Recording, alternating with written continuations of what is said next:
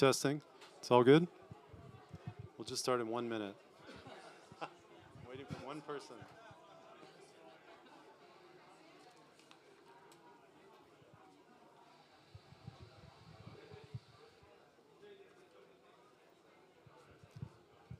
All right, I guess we'll get started then.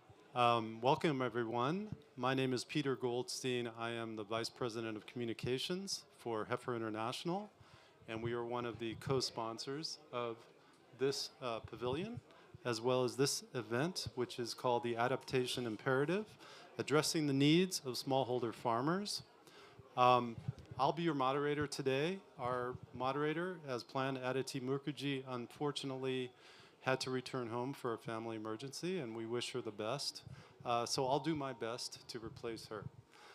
I also wanted to thank our partners in this session, SNV, ILRI, and the Global Dairy Platform.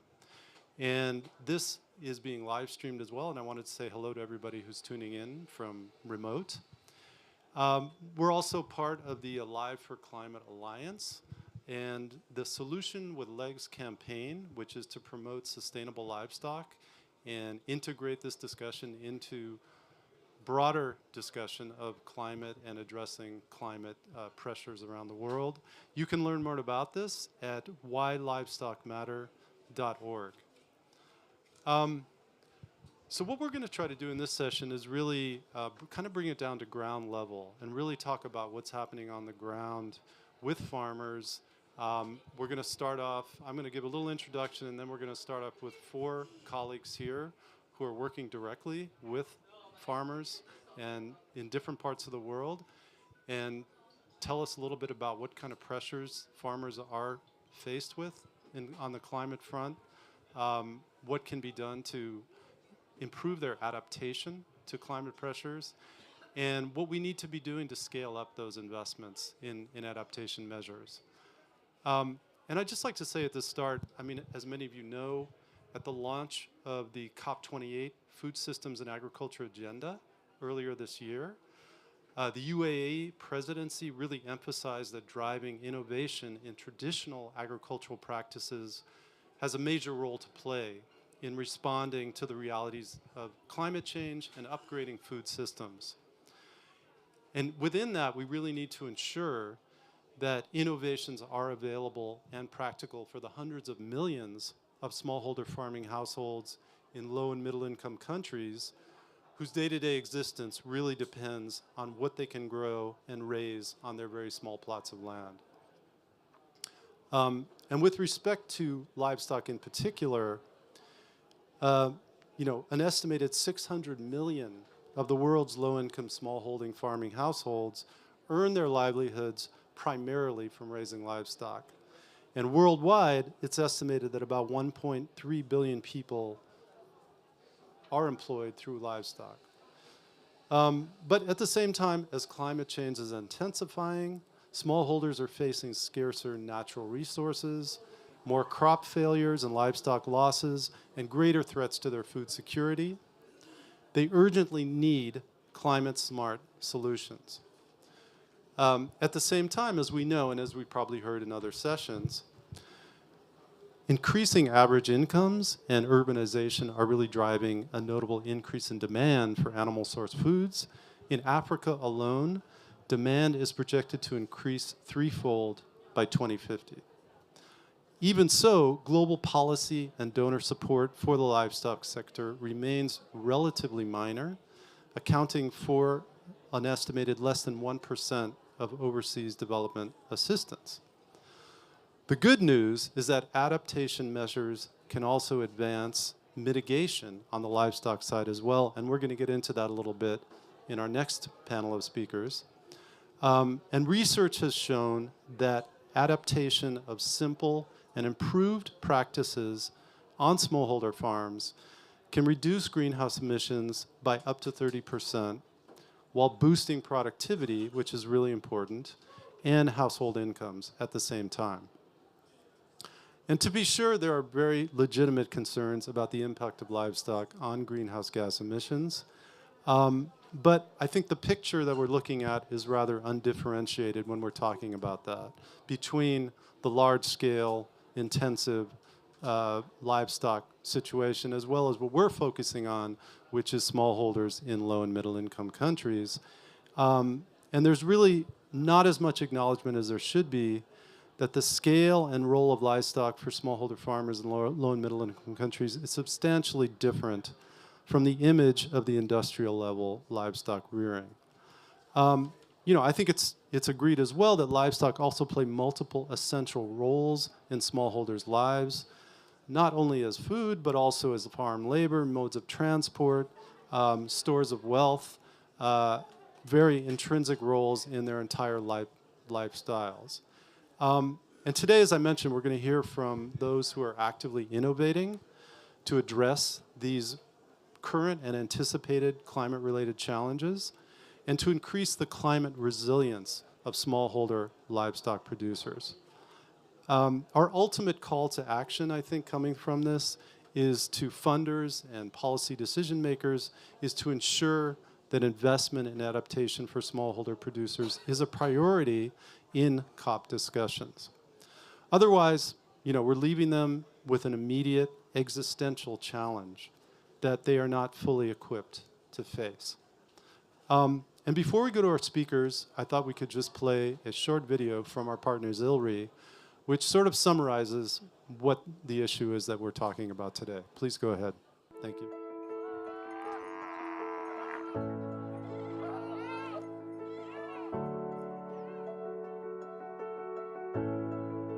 Climate change is the most compelling issue of our time.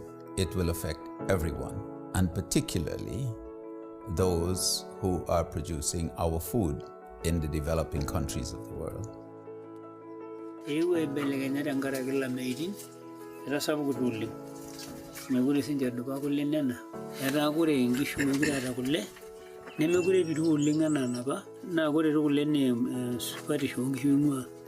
Hata miza kozesa agamani ndembe kayibati gazo mutanka habokwa amaziba numache amaziba ngoma bwebumshana hata chinkora ni ndeta omujwa ke kweza kwayo bweche yakija omwe ningura. Over time, they have been adapting, mitigating many issues, not only climate issues, but insect pests and diseases and so on. They have accumulated enormous amount of indigenous knowledge.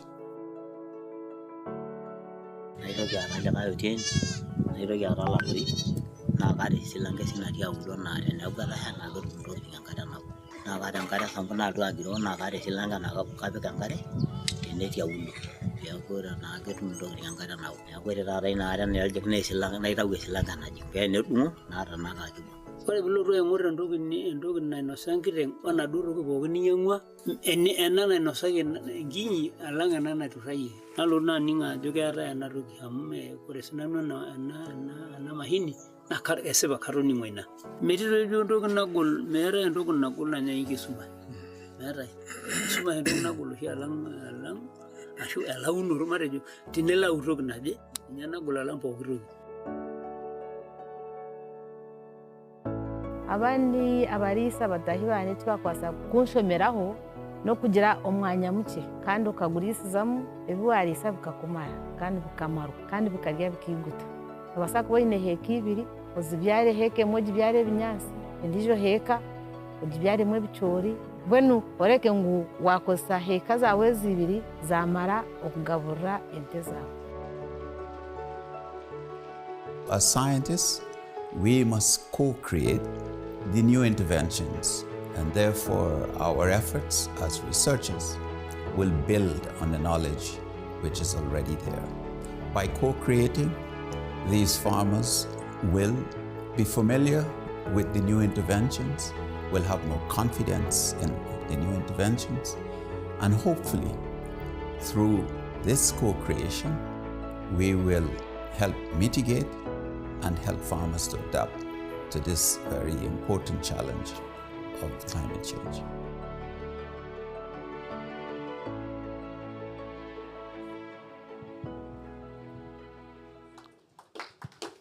Thank you.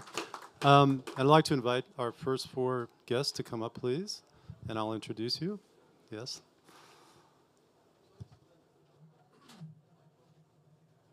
Thank you. I'll start on my on my left here. This is Natasha Mara, is the global lead for rangelands and pastoralists with the International Land Coalition. Next to her is Josephat Masanya, is the East Africa coordinator of the Africa Youth Pastoralist Initiative and president of the Tanzania AYPA chapter. Next to him is Narun Nahar, who is the country director of Heifer Bangladesh. And last but not least, Jean Tamata Ouedraogo is the director of the Pro Arides program in the Sahel region, West Africa, with SNV. Welcome and thank you. Josepha, you'll be using this microphone here. It's good? Here you go. I wonder if you could tell us a little bit about your organization, what you're doing, and specifically what types of climate-related or environmental-related pressures you're seeing the farmers that you're working with. What are they dealing with at the moment in your region? Okay, thank you so much, Peter, for your invitation to this panel discussion. Our organization is actually an international youth-led organization working across East Africa region. We work in Kenya, Tanzania, Ethiopia, Somalia, as well as South Sudan as well. So we work with smallholder pastoralist community, as well as medium to large scale pastoral communities. What we do, actually, we are promoting sustainable livestock management practice, including the restoration of rangelands and pasture lands, water harvesting techniques. So what we do, we have established demonstration plots in various countries. For example, in Tanzania, we have over 30 demonstration plots in pastoral areas. We do demonstration to demonstrate this community on how they can produce pasture and conceive them into hay and silage. But also we are implementing agroforest initiative. We plant agroforest tree. For example, we have planted almost 10 species of agroforest, Lucina leucocephala, Moringa oreifera, Sesbanian sesban. And we have actually planted around 100 hectares in Maasai community in northern part of our country. Same to Kenya, same to Somalia, same to Ethiopia. The challenge of climate change that they face in our community, this pastoral community, number one is drought. We are experiencing a very excessive drought and very prolonged drought, which is actually compromising the livelihood of this community. It affects not only production, but also productivity. Animals suffer from malnutrition and become susceptible to parasitic diseases. One of the parasitic diseases which kills a number of animals in East Africa is East Africa coast fever, which is actually caused by external parasite borne tick. But also we are having these zoonotic diseases. For example, we have brucellosis, which is also affecting human being after consuming this dairy product, for example, milk, meats, and etc. The second challenge that we're experiencing is desertification. A very large area is turning into deserts because of overgrazing, but also deforestation for searching for a grazing area. But also we are facing the challenge of livelihood vulnerability because pastoral community in East Africa, they depend 100% on livestock. So the issue of climate change, once it affects this community, it compromises the entire livelihood independence of this community. And they became food insecure and they suffer from malnutrition. Probably we encounter over 40% of malnutrition problem in this community.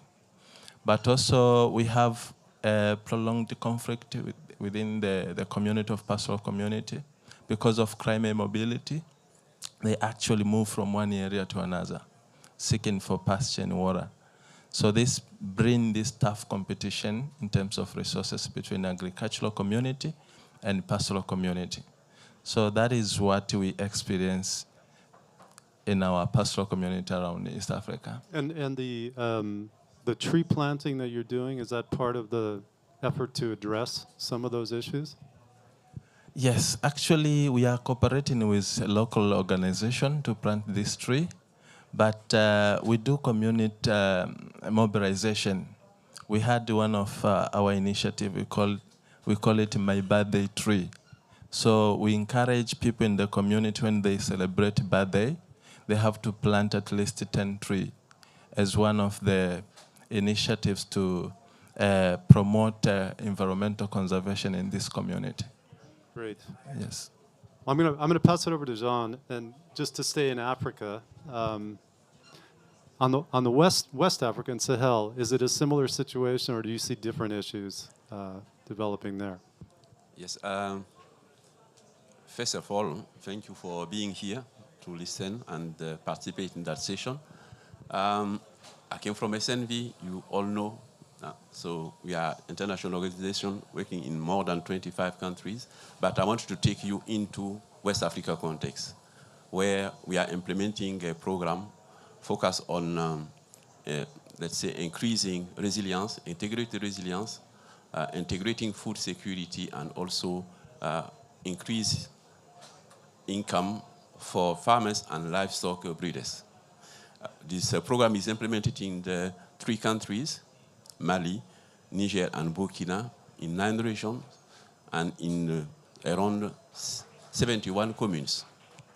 So we are working mainly with farmers and livestock breeders organizations, associations, and cooperatives at really, let's say, local level, from the village to the communes, and also at regional level within the countries. So let us say that to implement it, this program in the countries, we are, yes, with also the actors, we are facing to some issues related to climate change.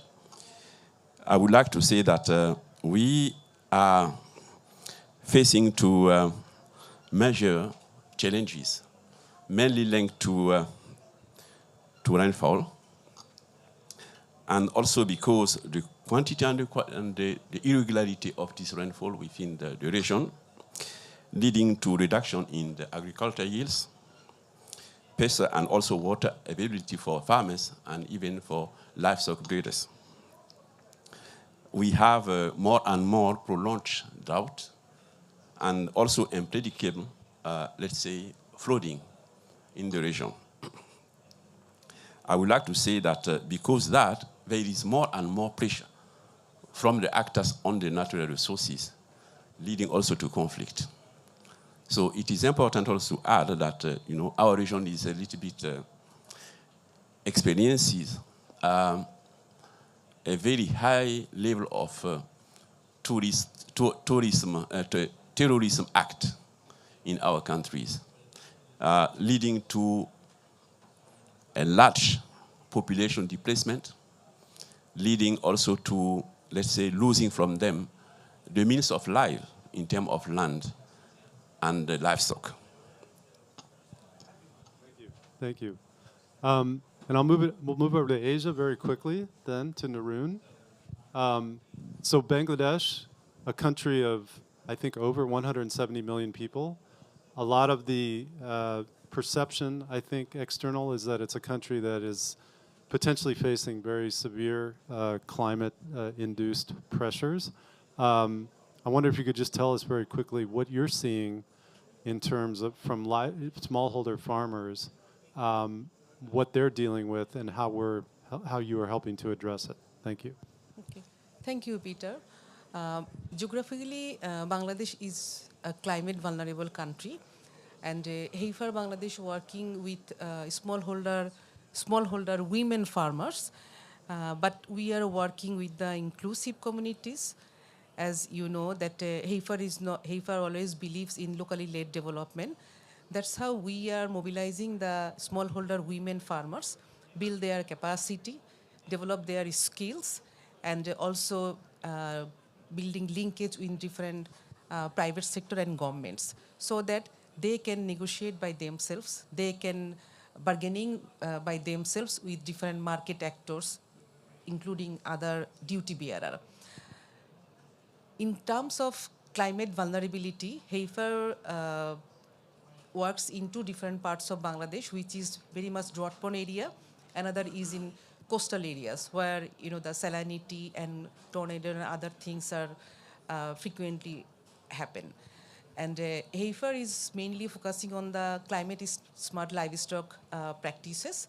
And because of these, as these two are very climate vulnerable areas, so our farmers are really face challenges to feed their livestock, biosecurity management, and very poorly handle manure management.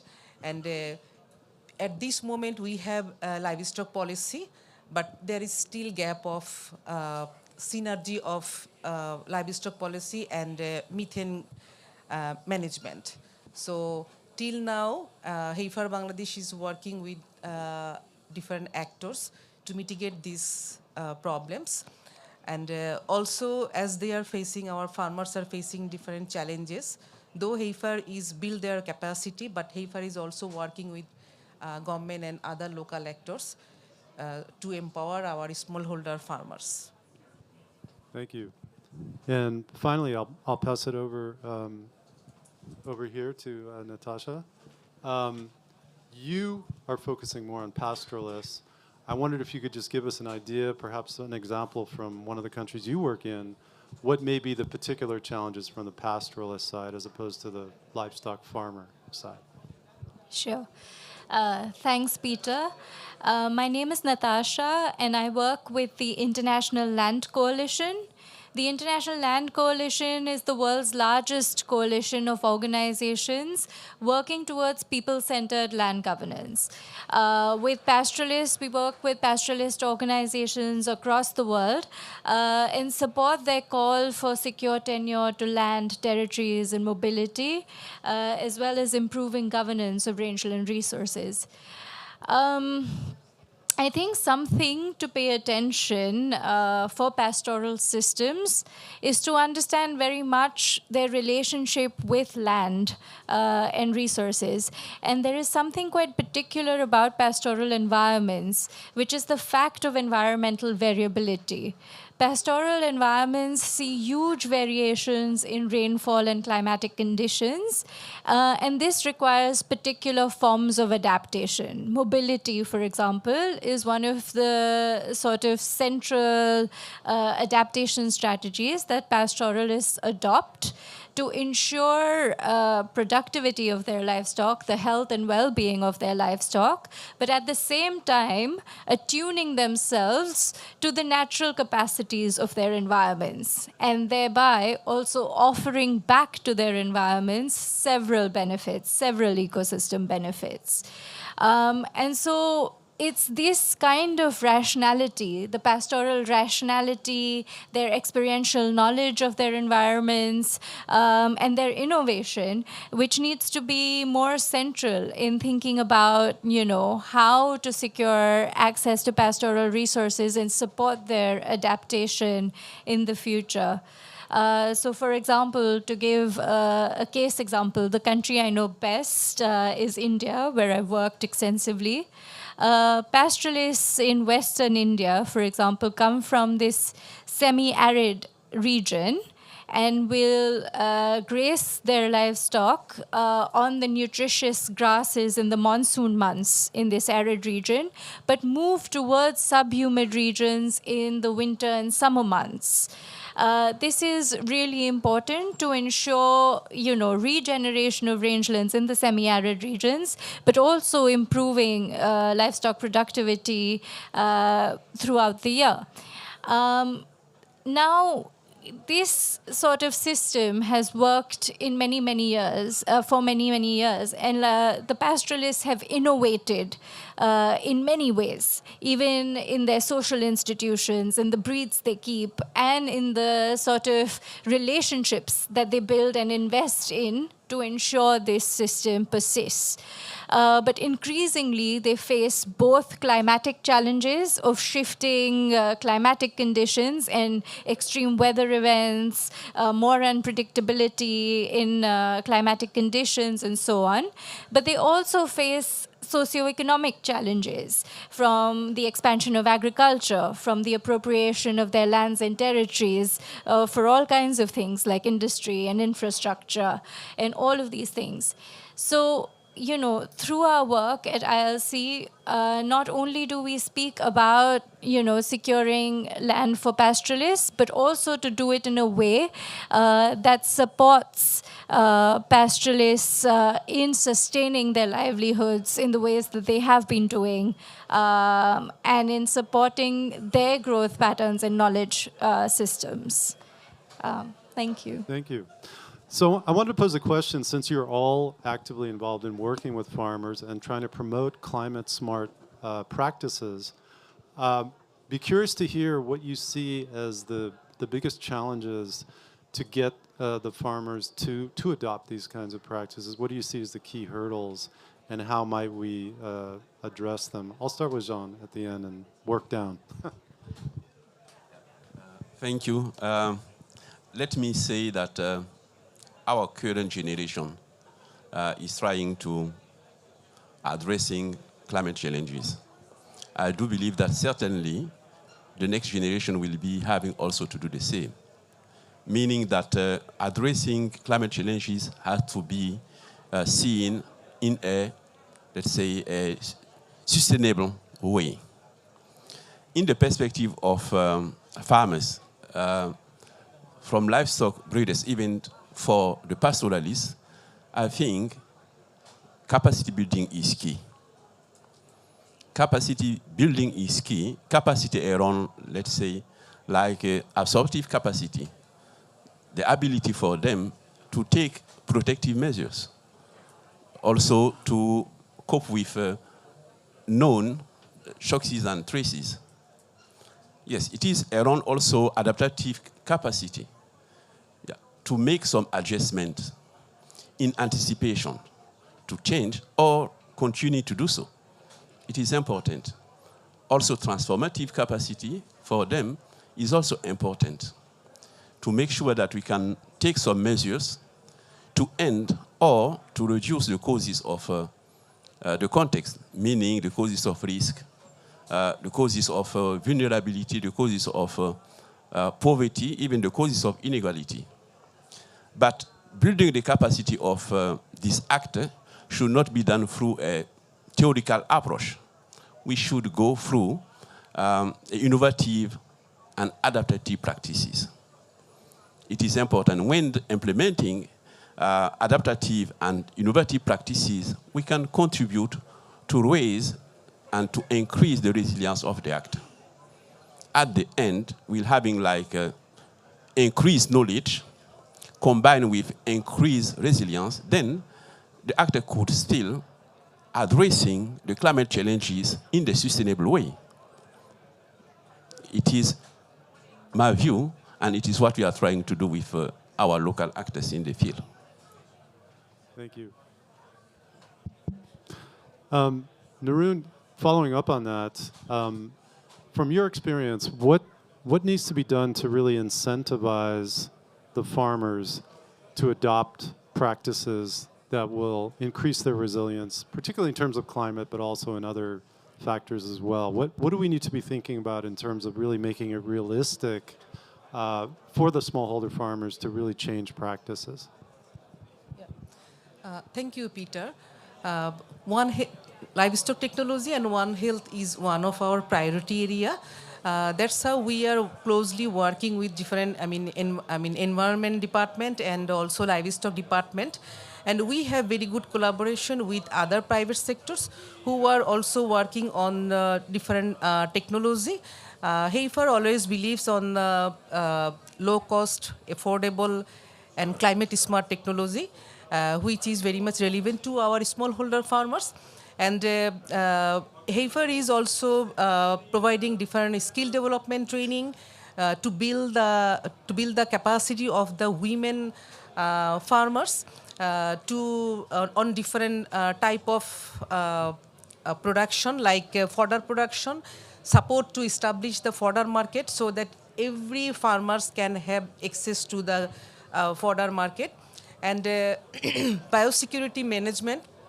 Also, we have partnership with local government to establish biogas plant, so that which is our farmers are doing very efficiently for the manure management.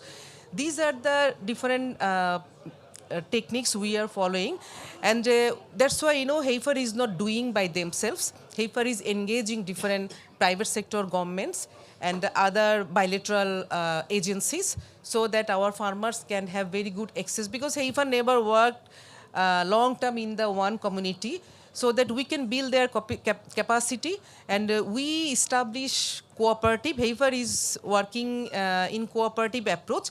So at this moment, Heifer Bangladesh has around 60,000 smallholder women farmers, and all those farmers are included into different cooperatives, and all the cooperatives are registered by Bangladesh Cooperatives Department.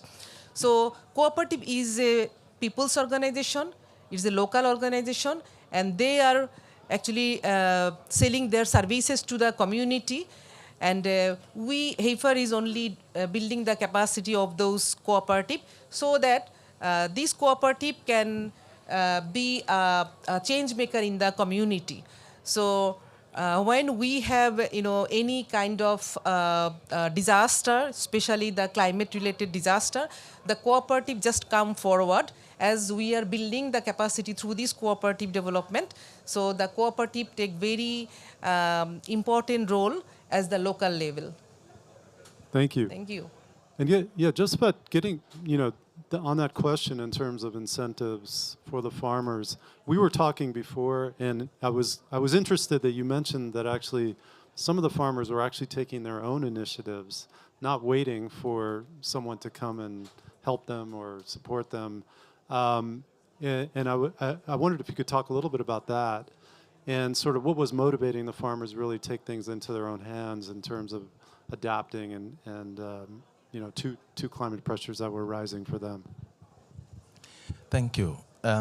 First, I would like to recognize that many pastoralists in our community, they are cognizant about the environmental implication of livestock rearing. They really understand the impact of climate change. And of course, they implement local technology. For example, they constructed this deep wash. I think I told you yesterday, deep wash for controlling external parasites. So they mobilize fund themselves, and then they constructed those deep wash. So they treated them with acaricides and other insecticides to treat their animal. But also they apply these climate mobility strategies. For example, during rain season, they feed their animal in their native areas, but they shift during drought period into different areas. So this is what they do. But of course, they also apply these community-based initiatives. For example, they form these cooperative groups in order to apply this collective action and share some resources in terms of land and water resources. So that is what they do in a nutshell. But of course, we have a lot to do. As AYPI, we have been also working with international organizations like International Livestock Research Institute to support this community. For example, in Tanzania, we did one project, a very promising project.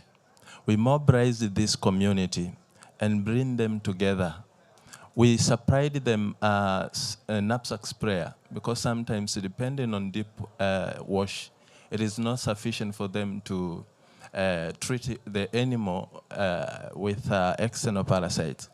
So we supplied it with knapsack sprayer. Then they control external parasite by using this knapsack sprayer. So it is very promising if we can raise fund and support this community. But also, what I really want to say in terms of combating this problem of climate change in pastoral community, we have to deal first with all pastoral injustice, including the land rights issues. This is one of the biggest issues which tries to devastate this community. We have found a lot of land encroachments in many pastoral areas done by governments. They encroach land of pastoral community, and they make this pastoral community shift from their native areas and then find other area to feed their animal, which is very big problem. And it has also fueling more conflict between agricultural community and pastoral community. So we have to find a space for supporting this community to rectify all this injustice. But also, I think it is very important for us to embrace the ICT approach: innovation, collaboration, and transformation. It is very possible if we can integrate traditional knowledge of pastoral community with modern advanced technology. But also if we can integrate sustainability and innovation at the same time. But also it's very important to recognize the cultural heritage of this community, because you can't change this community without embracing their cultural heritage. For example, Maasai, they value most their culture. So that is what we can do. And I believe if we can join our hands as key stakeholders, we can do something to transform African pastoral community and rectify this issue of climate change. Thank you so much. Thank you very much. And I'm going to give, and that's a good segue, because I think the question is, you bring up finance, you bring up support. Natasha, and I'll ask everybody else as well, if we were to give a call to action to the funders, to the policy decision makers, what would we like to tell them in terms of being able to support these efforts even more than they already are? Thank you.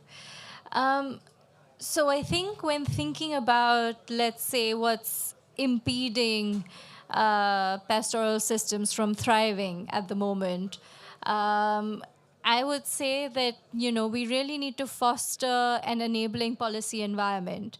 And this happens at both levels. This happens from having policies and policy frameworks that are really inclusive and that really accommodate for pastoral systems and their own adaptation, innovation mechanisms.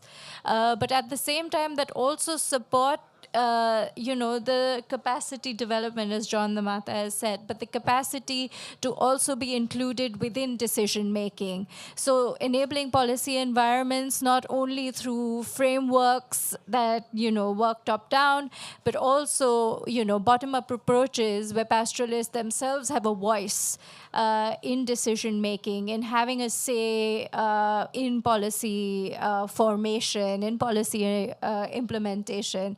And I think maybe as an investment opportunity for funders and for governments and policymakers to strengthen the organizing, to strengthen pastoral communities to have their own say might be a good way to move forward for long-term sustainability. Thank you. Narun, very, very quickly, if you had a key message to policymakers in your country and funders to support this kind of work, what would be the message to them? Yes, this is very important that at this moment I mentioned earlier, there is, gap of the synergy between livestock policy and methane management framework. At this moment, this is very important, and I think different organizations are also working on this. Another thing, when we are talking about methane or carbon emission, but still in Bangladesh perspective, we have lack of the data management system. So the data or the methane gas measurement system and data availability is also another concern of our country. So I think this is also another concern, and I also like to address so that it can be, it should have a very concrete and inclusive policy, so that every organization or every institutions who are working on the livestock farming and who are working on the dairy development, they have to have this kind of measurement techniques to mitigate all these carbon emission or methane management things. Thank you. John, what's your quick Yes, take? yes. Your quick prescription. So let's say that, yes, has a key message or call for the stakeholders. This key message has to be organized around the priorities. In our context, I want to say again and again, capacity building is key. It is one. Decision making, as she said, it is also something really important. Yeah. And then I would like also to add the funding, even the funding at the family agricultural level. So, and also inclusion is also important, at least for our region. Experiences some conflict and terrorism actions. But again, I wanted to raise one thing. I would like to say, no declaration without action. No declaration without action. I think it is important to say that we need to go beyond the global thinking and go for action, and go for effective action. Because during these COPs, we are always hearing about declaration, but action has to be followed.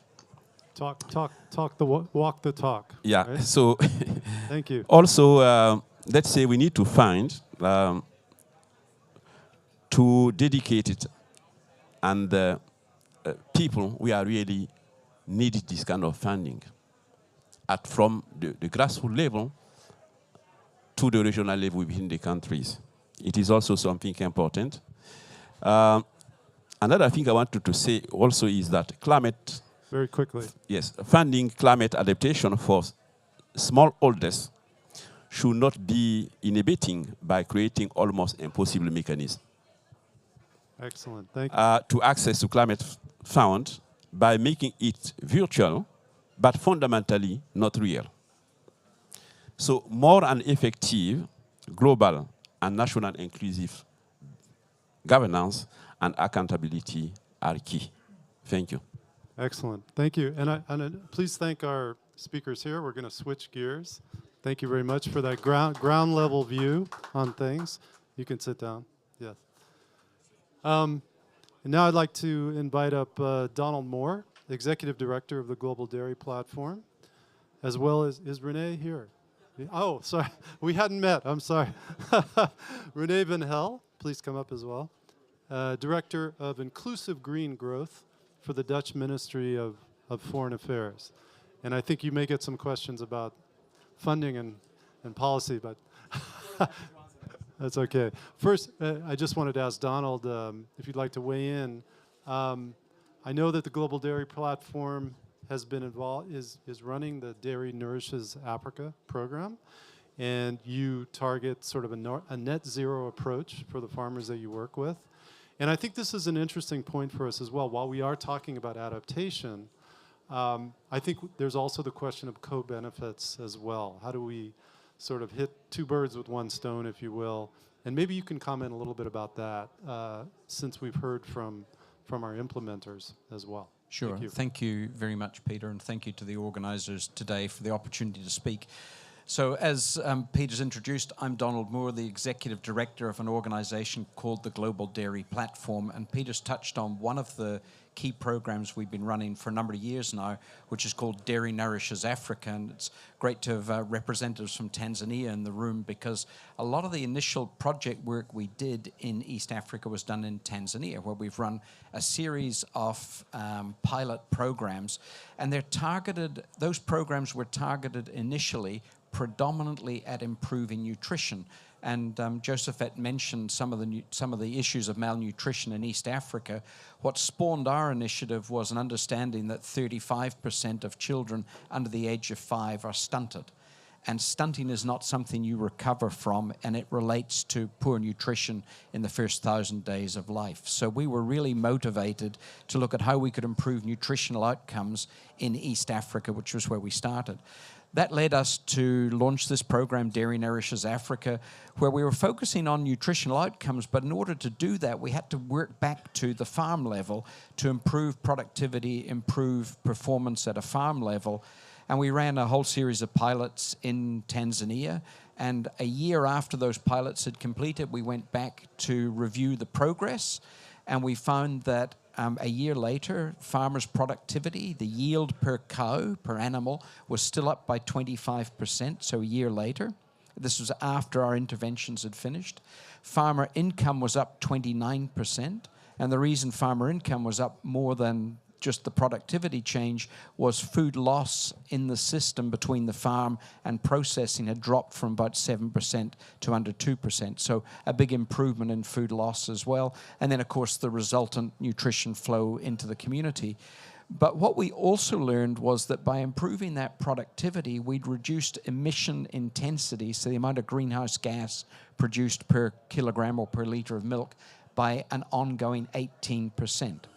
Now that then fits into our overall program, a global program we've got called Pathways to Dairy Net Zero, which isn't just covering emerging or developing markets like East Africa, it's a global program, but there are really two fundamental legs to it. One is looking at the more developed markets and what we can do to accelerate technological transformation there. And the second is looking at emerging markets. Now, back in 2019, we did a study with FAO, which looked at the global dairy cattle sector and greenhouse gas emissions. And that report told us some really interesting things. The first thing was that in a 10-year period, emission intensity globally of dairy had reduced by 11%. It also told us that 80% of the emissions from the dairy sector globally were coming out of emerging markets. Now, in a lot of developed markets, your emission intensity is about 1.1 kilograms of CO2 equivalent per kilogram of milk. In a lot of the developing markets, it's up at 8 to 12 kgs of CO2 equivalent per kg of milk. So for us, that led to a real understanding that we needed to globally focus on helping improve the emission profile and the development in emerging markets. We have contracted and we have partnered with an organization called the Global Research Alliance for Agricultural Greenhouse Gases. And one of the things they said very early is very close to one of your comments, Peter. They said there is about a 40% reduction potential in emissions by implementing good practice. Just think about it. We could remove 40% of emissions globally if we could implement good practice everywhere. And no disrespect to the Dutch, but that applies as much in the Netherlands as it does in the United States, in Ireland, where I'm from originally, or in Tanzania, anywhere else. So we can remove a significant portion by moving low performers up towards the upper end. So 40% reduction. They then said there's another 35%. If we could take the technologies that exist today to treat manure, the technologies that exist with methane inhibitors and various other things, you could remove another 35% of emissions out of the equation. But those technologies often cost money and don't necessarily wash their face, pay for themselves. That still leaves us with another 25% of emissions that we still have to find solutions for if we want to get to net zero. And that's really where we're working on those three different groups. And then Working with EFAD, with the Green Climate Fund, with FAO and others, we've started our first cohort in East Africa, Tanzania, Uganda, Kenya, and Rwanda. We're now in the process of the second cohort, which is in Latin America with Costa Rica, Colombia, and Uruguay. And in February next year, we'll be kicking off in Pakistan. And in each of those instances, the objective is to raise funding, a proposal for funding to the Green Climate Fund at about $100 million a country, which will simply scratch the surface of the transformation that we need to make. And maybe later I'll make a comment about the challenges around financing for farmers too. Thank you, Donald. So Renee, we've heard about the need, we've heard about the potential. From the donor perspective, what can we do? What's the priority from your perspective? Earlier this morning, I was also in this room. It was just as inspiring as it is now. So thank you very much for that. And then the Minister of Tanzania said something important, and he said, there's this fact that the 100 poorest countries are only responsible for 3% of greenhouse gases. And they can't bear the brunt of that. And that's why I'm actually here. In the Netherlands, we have some experience, but we also have a couple of bad practices to share with you. We have some finance, and we really want to innovate and forge innovative partnerships with you. And and I said to the minister actually, well, you put the words out of my mouth, and he could have easily said, well, put your money where your mouth is. So if you ask me that question, over the last month, I signed off 150 million for IFAD, for the replenishment, 110 million for CGR, to produce the knowledge, 100 million for soil health in Western Africa, and 40 million for loss and damage. And in the pipeline, there is also a big project for let's say, Southeast Africa, and there's also one for East Africa. I do that out of an annual budget of about 380 million every year. So we really try to partner and be there where it's needed. What I would ask from you is to be critical about our performance, but please also feel invited to be super critical to these organizations that we're funding. Because you can only innovate and you can only become better, and they all want to become better if they listen carefully. So if they don't listen carefully to you, there's an issue. Yeah, that goes for IFAD, that goes for the World Bank, that goes for other UN organizations, but it also goes for our friends from SNC, it goes for the IFDC. So please be critical, because the country where I'm coming from, we've been very successful with livestock. And I also want to underline that I very much understand that, for example, in dry areas, livestock is probably more climate adaptive than cultivation. So let me underline that as well. But we've been very successful in livestock, but we also created a lot of issues with it. So in the north, we need to adapt. People always want to, let's say, a big chunk of people always want to consume some meat. And it is a solution for especially dry areas. It's better to use it there than to try to cultivate something. So that's sort of my kickoff for this conversation. Thank you very much. I guess the last question, how do we make sure that those benefits reach the most vulnerable smallholder farmers? Any of you, either you care to comment on that? Thank you to Rene for the investments he's been making. I think one of the challenges that I see with some of the global financing institutions is the time period that it takes to make a submission. So we're now working on a Green Climate Fund submission, as I said, $400 million for East Africa. The process takes nearly 2 years. And I would encourage the Dutch government and other governments who are the major funders, after all, to groups like the Green Climate Fund, to really challenge the time period that it's taking. If, as we all believe, we're facing an existential threat from climate change, why does it take 2+ years to get a submission in for financing for some of these emerging markets in order to help them with that process of transformation? So that's one of the challenges I see. The second thing is that a lot of the international groups we work with, whether it's World Bank or the International Finance Development Corporation, etc., their ticket size, the size of project that they want to fund, minimum $5 million+. And so a lot of the smaller enterprises that we're working with, to them a big loan is $200,000. And so we've got to find a way to bridge from the the sort of the international funding level down to that local level, and sometimes that's through microfinance in local banks, et cetera, but getting more capital down to that level, I think, is really, really important for us to see transformation. Good point. Renee, do you want to add anything to that? Yeah, in the sense that I can again say you take the words out of my mouth, and it's, I'm sure, also a feeling in the room. At the ministry, we work with 10 people on this annual budget of 380 million euros. So for us, it's also a way to sort of look up for a division of labor. But of course, as shareholders of the World Bank, as partners, for example, I'm on the council of the GCF and the GEF and the LDCF. This is a thorn in our side that it takes so long. And another thorn is because I mentioned the 380 million annually. Of course, we have also even a larger budget to do all this emergency aid.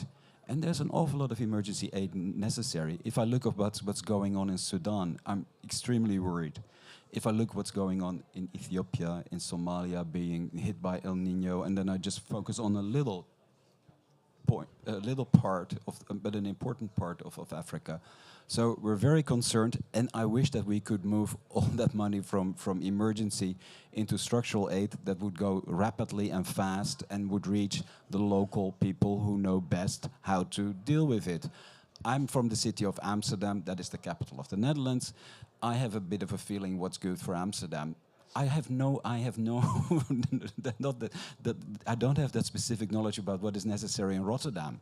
And that's how the world is. You know, Rotterdam is 80 kilometers away from Amsterdam. That is how the world is. We can talk very wholly about what it means to work on locally led adaptation. Well, it's just about knowledge, and that you need to let people be in the lead who know what's at stake in their region or in their city or in their community. Yes. Locally led development, right?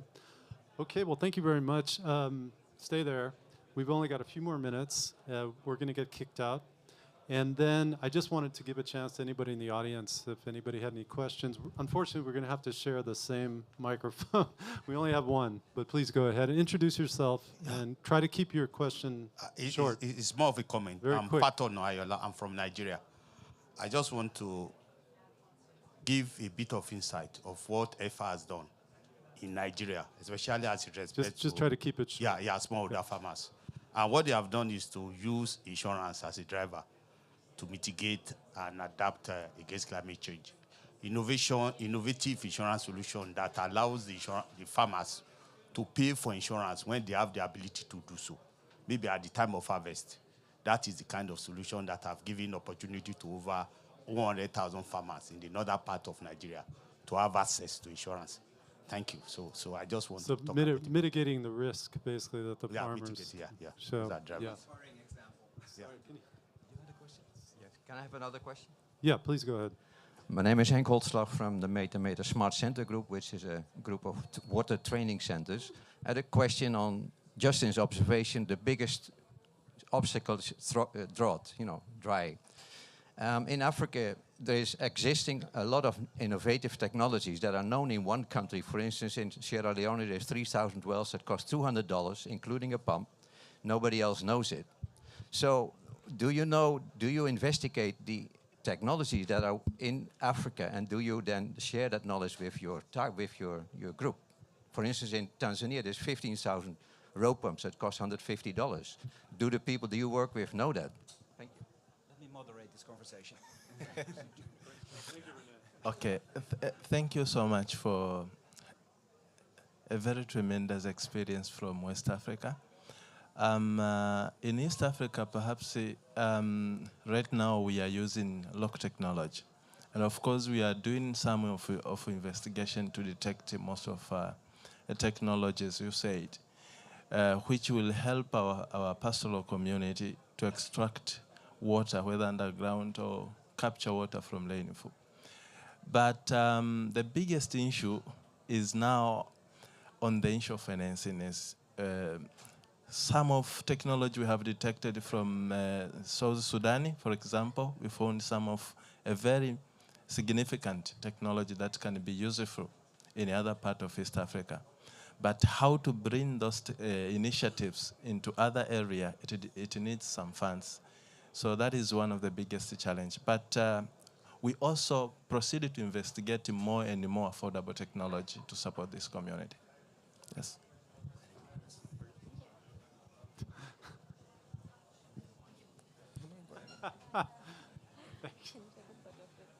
Just send us your bill, Renee. Hi, I'm Thirini, and I'm from Sri Lanka. And I've been working with smallholder farmers, agriculture and livestock farmers for past few years, 3 years actually. So the main issue we have come across is that this youth getting away from these agriculture practices and this farming. So my question is that if you are also in the panel, when working with these farmer communities, have you experienced such, such instances, and what are the, these strategies or any, methods that you have used to make the agriculture practices attractive to youth people and to these smallholder farmers? Thank you. I take a second question because there was also a question on this side. Thank you. Rene and Donald, and also the former presenters. Thank you. I'm Nasijoba Irene from Uganda. I'm a smallholder farmer. Yeah, from rural community in Central Region. We are from Eastern and Southern Africa Small Scale Farmers Forum. That is ISAF, Eastern and Southern, but I'm from Uganda. When we talk of adaptation, and I'm happy at addressing these needs of small-scale farmers, we have embarked on some projects in rural areas, like we look for areas where trees were all cut, and then we have a project of tree planting, reforestation, and also water harvesting, because now the season, in the rainy season, water just flows without being captured, but it will benefit us as farmers during drought or during sun. Also we are embarked on soil conservation, making manures, and in a local way, as women farmers and as a local farmers. But the question is, there is a challenge on funding. We still need more funding if we were to adapt, because adaptation at least can take us to be resilient and to live in the situations, but changing slowly by slowly, as using those local technologies. So we need more funding in order. We appreciate the funding comes from the donors and our collaborators, but we still need more to upscale these projects to many people so that the adaptation process goes on well.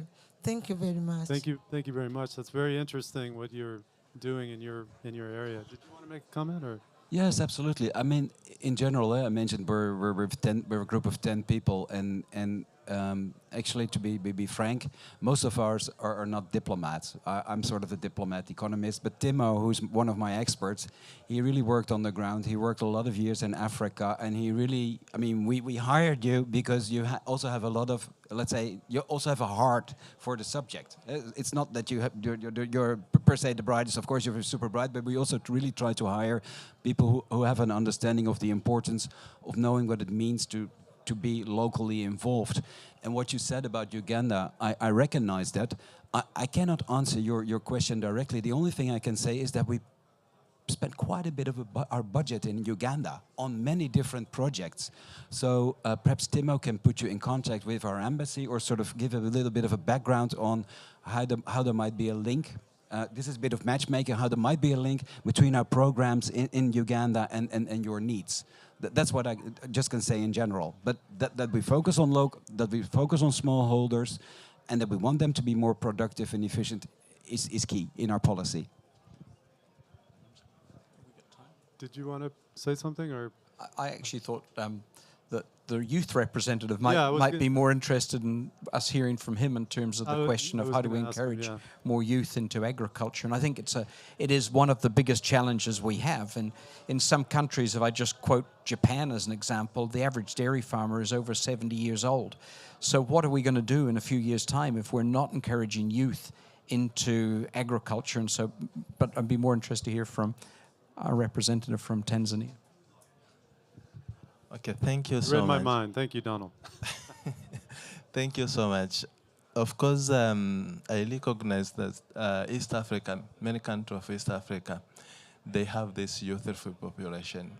The average age of our population is around 18 up to 22. So what we do is, yes, what we do as a youth-led organization, we are trying to encourage these young people to see opportunity, which is actually within the pastoralism industry. And of course, they have some words to say on their participation on this issue. And of course, they mentioned the issue of access to technology, the issue of access to land resources, the issue of access to improved breeds, because they are looking to venture into intensive livestock keeping rather than focusing on the pastoral community, because they see what problem exists in our pastoral community. So we are training now to work collaborative with various international organizations. ILL is one of international organizations that we are working with, but also the governments tries to tell the government to debottleneck all these binding constraints so that these young people can venture in. And of course, right now, our organization is having about 200 members across East Africa.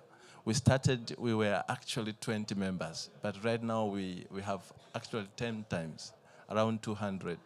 So that is promising for us, and we are looking to extend the number of youth in our organization, and also the operation across in many other countries. We are looking to extend into Southern Africa, into Northern Africa, into Western Africa, so that the organization can be now the continental-based organization. That is what we are looking for. Thank you. And I think we're going to have to wrap up here. We're getting kicked out, unfortunately. But I wanted to thank everyone for attending, and I wanted to thank very much all of our speakers. And you'll be able to find, I believe, the recording on the Food Systems Pavilion website. Yeah, great. Thank you very much.